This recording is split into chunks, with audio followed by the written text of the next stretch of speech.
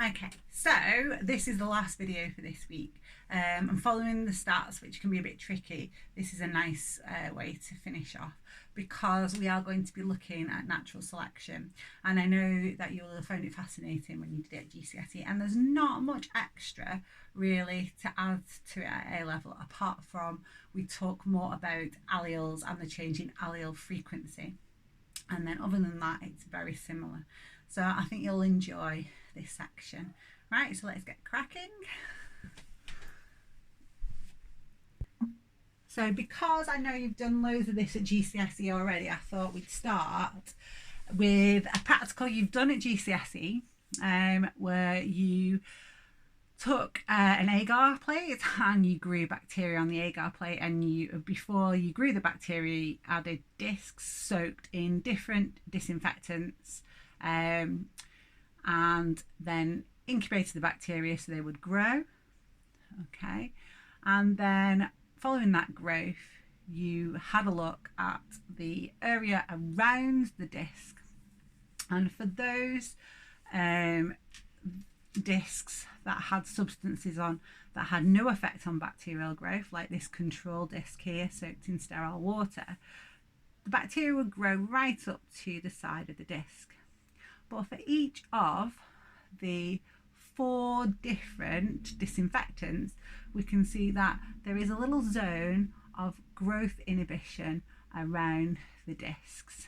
Okay, so very similar to your GCSE questions, but now instead of just looking at that plate and saying, well, which is the most effective disinfectant against the bacteria, and you going this one because it's got the biggest zone of inhibition, at A level what you'll get is something like this, where we've got the mean diameter of the clear zone and the standard deviation. Okay, so the question that I'm asking you for your starter then is, does this data support the conclusion that this hypochlorite, I have no idea if I've pronounced that right, that disinfectant here that appears to have the highest mean is the most effective at killing the bacteria? Okay, so that's what I want to know, and explain your answer. So stop the video and then join me back when you've completed it.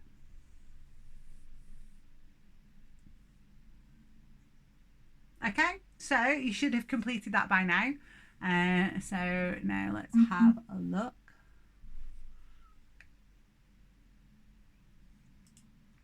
Okay, so this is what I've done. I've kind of gone to each of the disinfectants, and for my mean, I wanted to know what deviation around my mean, my standard deviation that I've given gives. So I've added and subtracted the standard deviation from the mean to give me that lowest to highest value, so I can look for overlap. Okay, so I can be completely happy that my hypochlorite here, when I look at the spread of my standard deviation, that it is very much clear of these 2 antibiotics. So there's no overlap between the standard deviations of these 2 and the one that I'm looking at. So I can say there is a significant difference in those means. So I'm happy that the hypochlorite is more effective than these 2. But what's interesting is that I have got overlap of my other disinfectant, sorry. So there's no significant difference between those means, so I cannot conclude one is more effective than the other.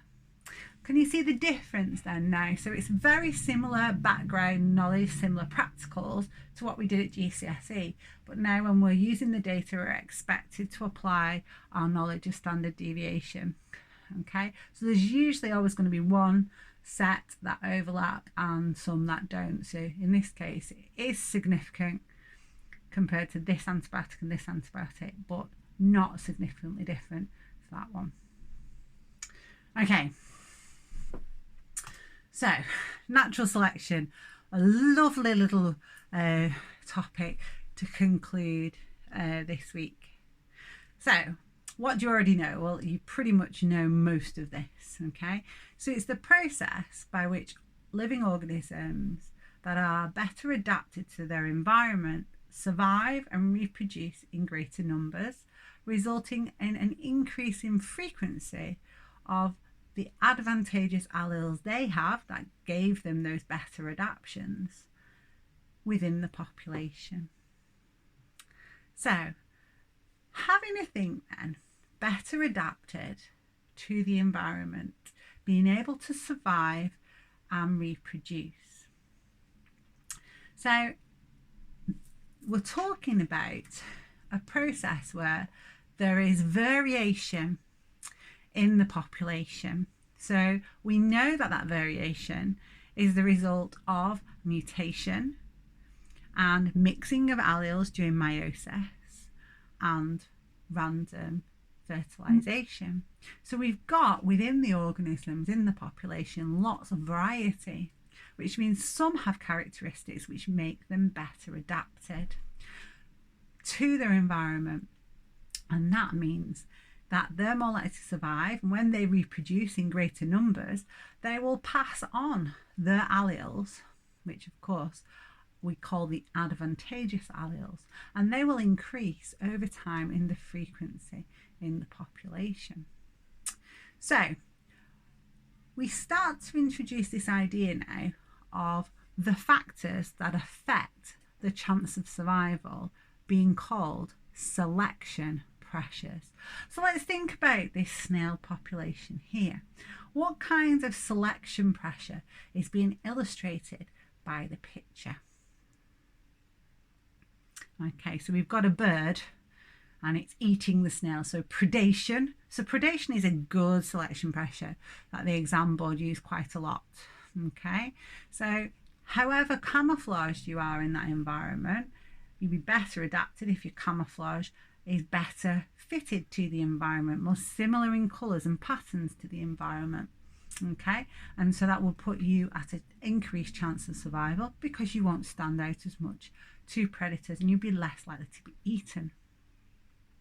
But selection pressures can be all sorts of things. Okay, so there could be a tolerance to a copper ion in the soil for a plant, or a tolerance to a high pH for an aquatic organism. So lots of different selection pressures that could be sort of introduced in our exam questions, and that's where the A level comes into this a little bit more when we do more of the application next week. Okay, so there's a task for you now. So what I would like you to do is to stop. You need to print this sheet, you need to cut it out, and you need to put these in the correct order. Okay, so it should take you about 10 minutes to order them. Okay, it says cut and I have no idea, stick the cards. So I want you to put them in the right order and stick them so that they describe the adaptation of head lice to head lice shampoos in the correct order. Okay, so if you can print that and have a go. Okay, so if you haven't had a go already, make sure you have before you go to the next slide. Okay, so the correct order is I to start. Okay, now I don't mind if I's gone somewhere else in your order because it's not part of the story, it just gives context. So head lice have been infesting people's heads for millennia. It's nice to think about. Everyone's already started to scratch their head, aren't you? Okay, so then D. Over the centuries, many different mutations have produced different alleles. Now, we always say that at the start of our natural selection stories because we've got to explain the genetic diversity, the variation. Okay, that's what's going to allow them to adapt. Okay, so B, there is a lot of genetic variation in the head lice population due to these large amounts of different alleles. Then we're going to J. Drug companies develop shampoos containing chemicals which kill the head lice. Okay. And then to K. For a while, all but very few head lice get killed by the chemicals in the shampoo, and head lice are no longer a problem.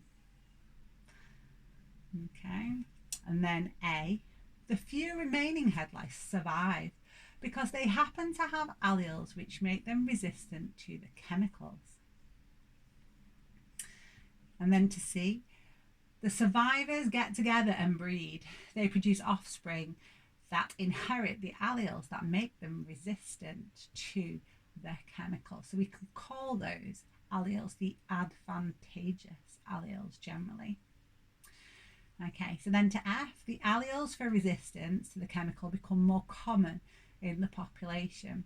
And the way the examiner writes that is the frequency of the alleles for resistance increase in the population. Okay, so then E, soon virtually all head lice are resistant to the chemicals, and this actually happened. Okay, so G, so now people who use the shampoo, it doesn't kill the head lice. So finally H, head lice became a problem again. This is an example of natural selection at work. So true story. Okay, so a beautiful off-spec example that you can use in your exams as well. Okay, now if you go into your keynotes, okay, here you have got a generalized description of that process. Okay, so in a population, some individuals may have an allele or combination of alleles that give them a desired characteristic. These individuals have a selective advantage and breed more. The frequency of their alleles and their characteristics will increase in subsequent generations, increasing the allergenic frequency, so that's the frequency of that allele, those alleles, in the gene pool of that population. Okay, so allergenic frequency in the gene pool just means the frequency of that allele or those alleles in the population's genes. This is called natural selection. Okay, so you can see this is the generic answer. Now, when answering the exam questions, you at A level need to apply this. We're going to do a lot of practice of application next week, but we want to introduce it now as well. So we're always thinking about how we're going to be examined on this material. So now, when we're talking about variation, we do have to bring in our mutation. Okay, so we've got to talk about a mutation, a new allele being produced. Understand that many mutations are harmful, but in certain environments, new alleles do give benefit, okay, and lead to this increased reproductive success. An advantageous allele is one is inherited by members of the next generation, and as a result, over many generations, the new alleles increases in frequency in the population. Okay, so that's the general background, all right?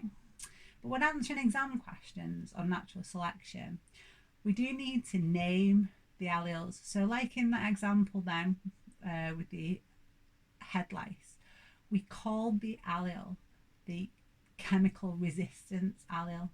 Okay, you always need to talk about the variation being caused by random mutation, which we did in that example then as well. You do need to talk about what the selection pressure is. So in that case, it was the shampoo. Okay, and you need to make sure you've explained why it gives a selective advantage. In the case of the head lice shampoo, being resistant to that chemical meant you were the only ones who survived. Okay, and passed on that beneficial allele to the offspring. And we know then that over many generations, the allele frequency of the head lice in the head lice population of that chemical resistance allele increased to the point where all head lice have got that allele now. Okay, so key points. Always bring mutation in. So mutations produce the variation in the population. Always identify the selection pressure. In this case, it was the use of a shampoo containing a chemical. Make sure you outline who has the advantageous allele, what it is, and that they are more likely to survive. Okay, so in that case, the head lice that had the chemical resistance allele, they were the ones more likely to survive. They had the advantageous allele. Okay, and over many generations, remember to use the words frequency. So say there's an increase in frequency of the named allele in the population.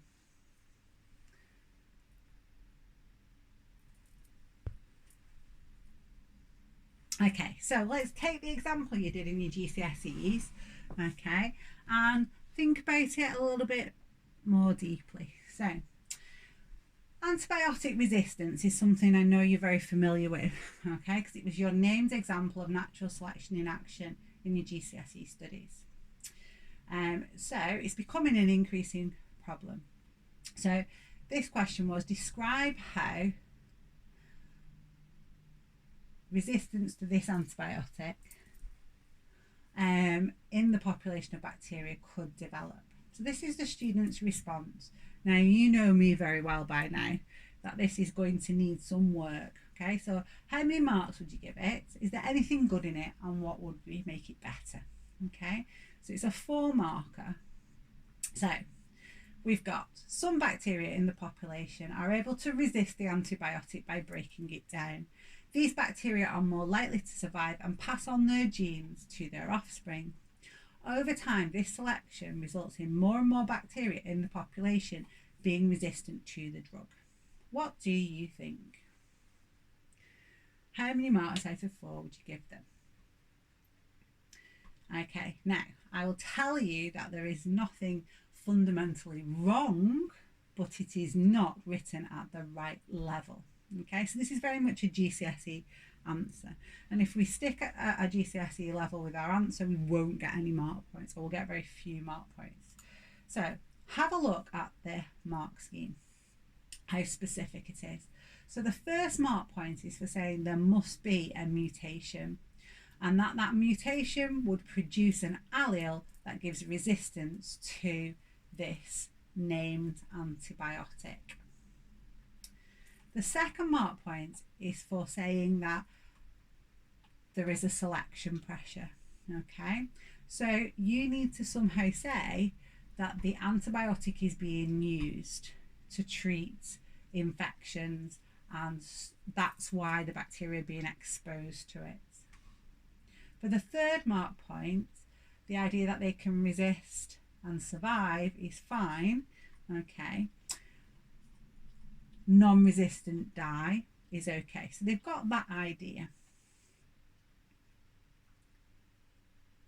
It's not that clear in their answer though. Okay.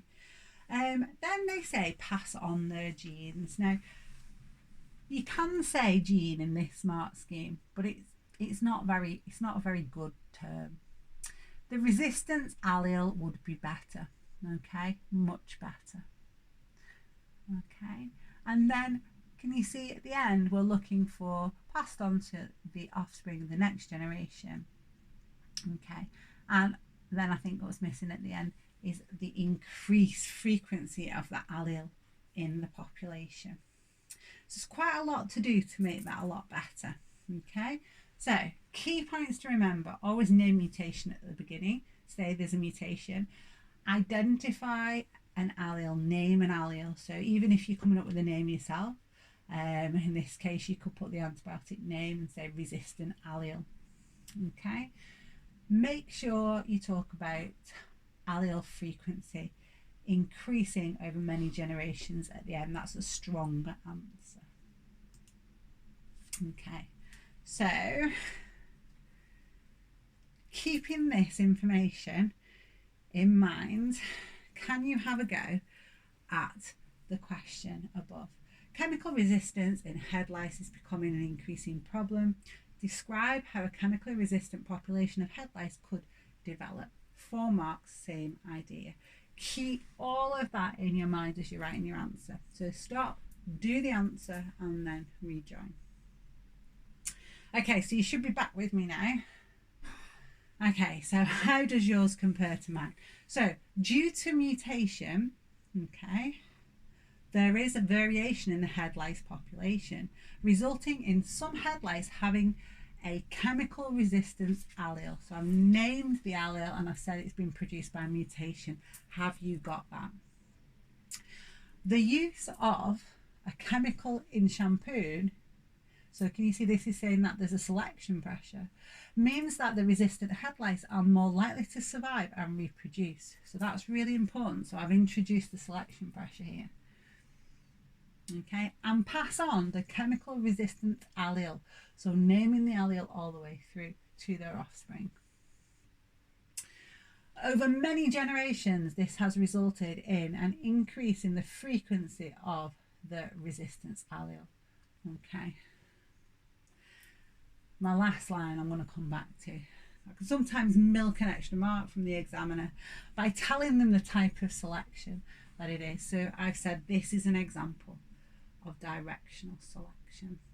You wouldn't have written that yet, but you will in a minute. Okay, so making sure in the structure of your answer all the time you're relating to the context that you've been given and using the new information. Sometimes they give you an actual allele name and then you'd use that, or sometimes a letter to indicate the allele. So sometimes you get data sets for this as well. Okay, so I talked then at the end about that head lice example being an example of directional selection. So what's the difference then between the two types of selection you need to know about in first year? Stabilising and directional. Okay, so I want you to have a look in the keynotes now. I want you to work out the difference for me, okay, and then join me back. Okay, so you should know now what the differences are between stabilising and directional. So I shouldn't be telling you anything you don't know. You're just checking in with me. Okay, so stabilising, the first thing we would say is that the mean value stays the same, the mode stays the same, but the range and the standard deviation of the data decreases. Okay, so in terms of what's being selected for in this population, it is the average that is selected for. So this is usually when the environment is stable. Okay, so the selection pressures have been the same for a long period of time. We're selecting against the extremes in the population or for the mean. So over time the standard deviation decreases and the range decreases as individuals deviate less from the mean in that characteristic. Okay, so an example of this is babies' head sizes, okay, or even babies' birth weights. So over time there's been a decline naturally in the range of head sizes, if you like, for babies. So yeah, and you can see why that would be, because very small babies will be less likely to survive following birth, and babies with bigger heads might have complications during birth, meaning they will be less likely to survive. And so there was a stabilizing selection for human baby head circumference, and also the same for baby mass. Not quite so now, because obviously the range has gone a little bit bigger, the standard deviation a bit bigger because of medical intervention. So if your baby's quite small, now we've got incubators to keep them alive, and if the head circumference looks quite big, then we can have a C-section. So there's ways of medically intervening now. So I'm talking about before that there was a stabilizing selection. All right, so when you're looking for stabilizing selection, that's the pattern you're going to see in the data. A directional selection is the one like our head lice, where there is one extreme selected for and the mean shifts or the mode shifts towards that extreme. Okay, so an example of this would be if now with global warming, maybe an area is getting colder or warmer, so there's a temperature change, and it's affecting an area where some mice live. Okay, and it's very much warmer year on year than it used to be. So mice with shorter, thinner coats would be at an advantage compared to those with longer, thicker coats, and so you get that directional selection where you get more and more shorter, thinner coat alleles and less of the thicker, longer coat alleles, or vice versa if it was a drop in temperature, a change. So associated with the directional selection is usually a change in selection pressure. So whereas a stabilising selection, the selection pressures are remaining the same for a long period of time, with directional selection there is usually a change. So you can normally identify in the stem of the question that there's been a new chemical in a shampoo introduced, or a new antibiotic, or it's a change in temperature. So that usually tells you that you've got a directional selection, a change to the selection pressure. Okay, so could I ask you to have a go at this exam question? Stop the video and then complete it and join me back. Okay, so first thing we're looking for is what is stabilising selection and what are directional selection. Okay, so stabilising, so to define it, a selection that tends to eliminate the extremes of a phenotype, so it selects against the extremes, that particular characteristic, and arises when the environmental conditions are stable, so when the selection pressures remain the same for a very long period of time. So directional selection then differs because it operates towards one extreme of the range of variation. So a different way of saying that would be that it's a selection for one extreme and against another. Okay. So in this exam question, you're given some data. So this is very much how it's presented at A level. So the following table shows the results of an investigation into the hair length of golden hamsters in a climate where the temperature is decreasing. So as soon as you see that, you should be thinking to yourself, right, the temperature is changing, therefore is it a stable environment or is it one that is changing? So thinking that, oh, directional. Okay, so the hair length is controlled by a single gene. There are two alleles, big H for short hair, and it's dominant over long hair, little h. So the first thing we've got to do is just look at the table and describe the relationship between the frequency of the recessive allele and temperature, and then to suggest, remember suggest means we might not have been taught it, but we can come up with an idea for the relationship. Okay, so as temperature decreases, it's an odd way of showing the data, but this is how they did it in the exam. We can see that there is, as we've got a drop in temperature, the recessive allele, the long hair, is increasing in frequency. Okay, so 1 mark for that, and the remaining 3 marks are for the explanation.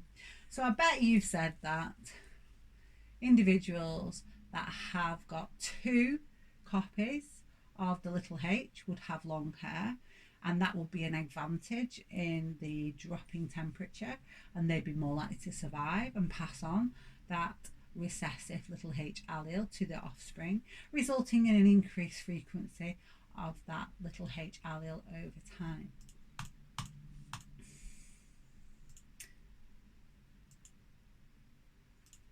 Okay, so have a look at the mark scheme. So as the temperature decreased from 22 to 16, we got an increase in the allele frequency from 0.11 to 0.23. So where you might have lost a mark point was if you didn't quantify your trend. Okay, so the suggestion then, this could be because the allele, the little h for long hair, is beneficial in cold temperatures.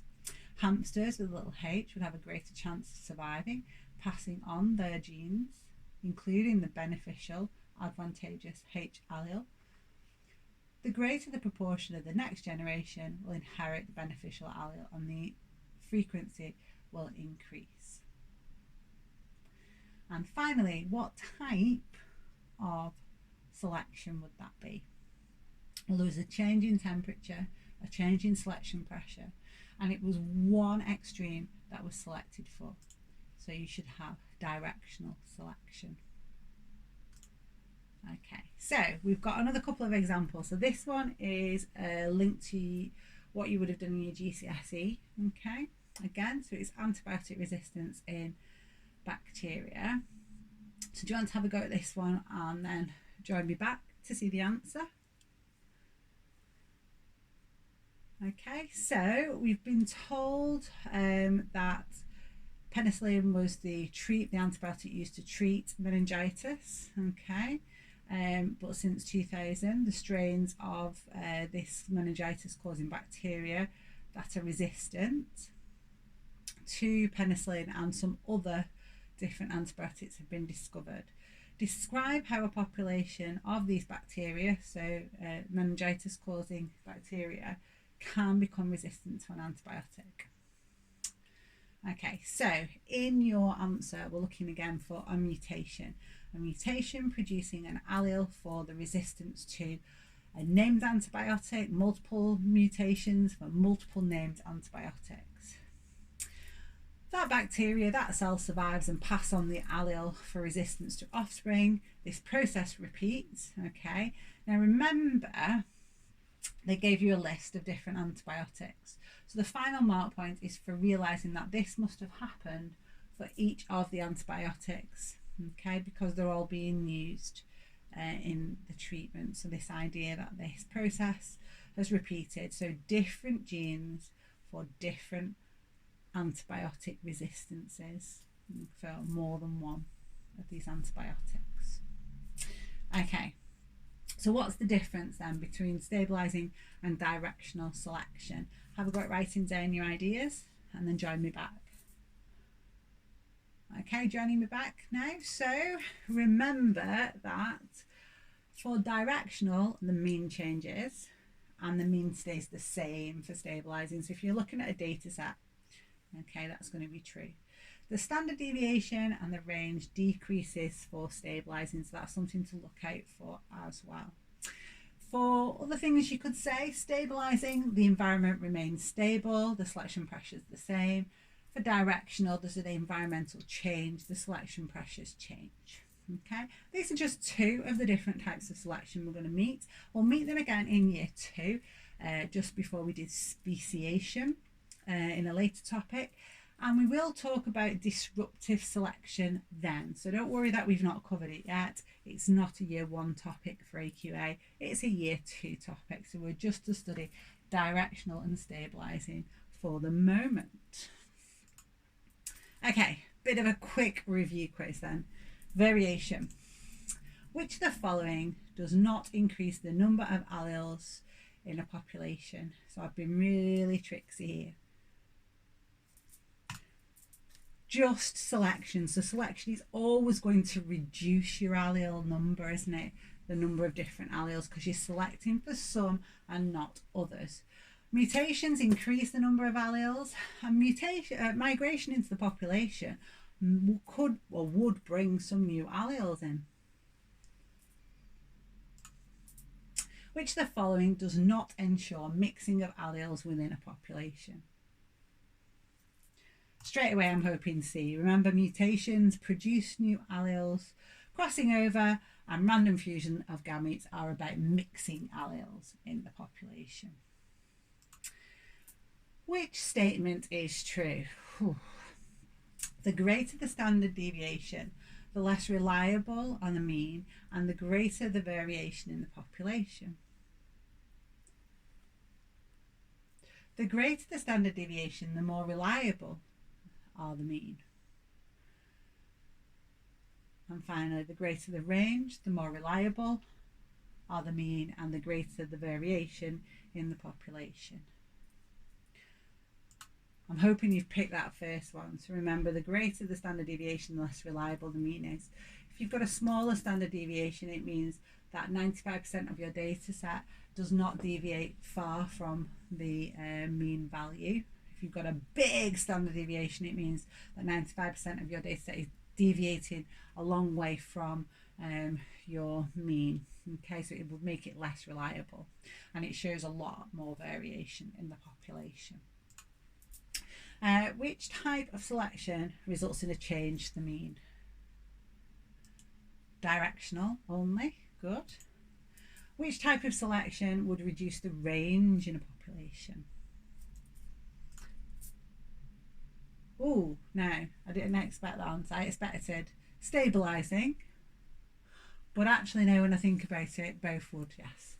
So the idea that if we're selecting anything, we're selecting against some individuals, and so we would reduce the range, but definitely more prominent with stabilising. Okay, so to finish this topic theory off, I need you to have a look at the assessed practical. Now, luckily for us, this assessed practical is very similar to the one you did in your GCSE. Okay, so this is using aseptic technique to investigate the effect of antibacterial, antimicrobial substances on microbial growth.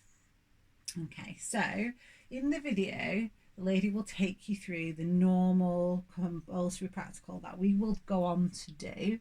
Okay, and what I'd like you to do is to answer these questions as you go. So the link's here. Okay, before that, you want to take down these questions. Okay, so why do we use aseptic technique?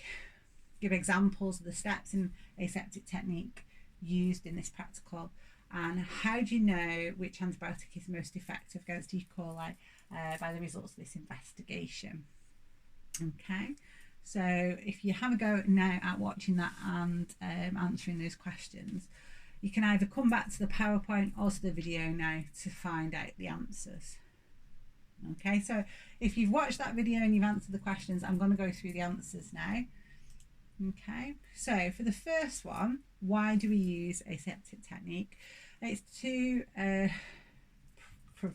prevent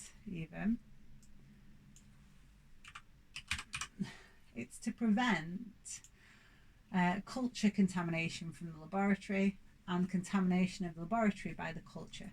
So as she explains at the beginning of the video, when we use aseptic technique, we stop the culture, which we can't be 100% sure is just a non-pathogenic organism. We have to assume it could be a pathogen. So we stop that contamination of that organism to the lab, but we also prevent contamination from ourselves and the environment, from the laboratory to the culture itself. Here's a list of Here is a list of aseptic techniques she talks about in the video. Okay, so she uses a sterilized pipette.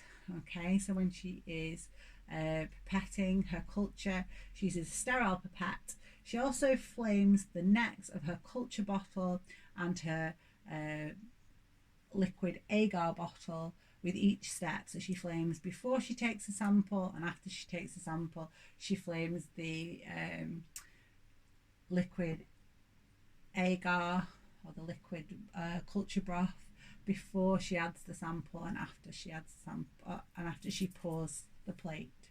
Okay, so she's between all transfers, she's flaming the neck of her bottles.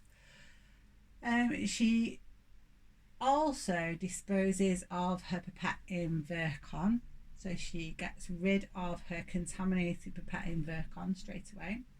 She makes sure she only lifts the lid of her Petri dish for a very short period of time. She also makes sure that that Petri dish is sterile before she started. She sterilises her forceps before and after touching the abiotic discs. And she also only incubates at 25 degrees in case of any pathogens. Okay, and how would you be able to find out which antibiotic was most effective? By measuring the zone of inhibition. Now you may choose to measure that as a diameter, a number of diameters across and doing an average, or you might calculate the area or think of a way of measuring the area. But the larger the zone of inhibition, the more effective the antibiotic. Okay, so we'll be planning for that practical. When we do that practical, you will be able to decide what antibacterial substance you want to test. Okay, and you'll be able to bring that in. And what we want to do is to get you to do the design on your practical. So how many repeated experiments will you do? When you calculate a mean zone of inhibition, are you going to calculate a standard deviation for that mean? Are you then going to do a graph with bar charts with error bars for that standard deviation so you can compare the antibacterial properties of your two substances you investigate properly? Are you then going to do a t-test? Hopefully, that's what I'm going to encourage you to do a t-test to see if the mean zone of inhibition for substance A you test is significantly different from substance B. So you will be able to make a statement that using a probability level of P equals 0.05, that if your critical value that you calculate for your t-test is your calculated value for your t-test is above your critical value, you will be able to reject your null hypothesis and say that one substance is significantly more effective against the bacteria statistically, and that there is a less than 5% probability that the difference that you observe is due to chance, or the other way around if they're not significantly different. Okay, so we'll get cracking with that when we finally get back into college, because it's not something we can do at home, but we will continue to work through the exam questions based on it, which is why it's important to view the video and to get familiar with the practical before we do it. Okay, so that is it for this week. Okay, we're still continuing with this topic into next week, because we've got to do the application now of both the t-test and the statistics, and really working now to apply our natural selection knowledge at A level, because as I've shown you, it's not very much different to GCSE, but what is a big difference is when we're doing our exam questions, we always need to link to the information in the question. Okay, so we'll be practicing that process a little bit more too. All right then, that's it for this week.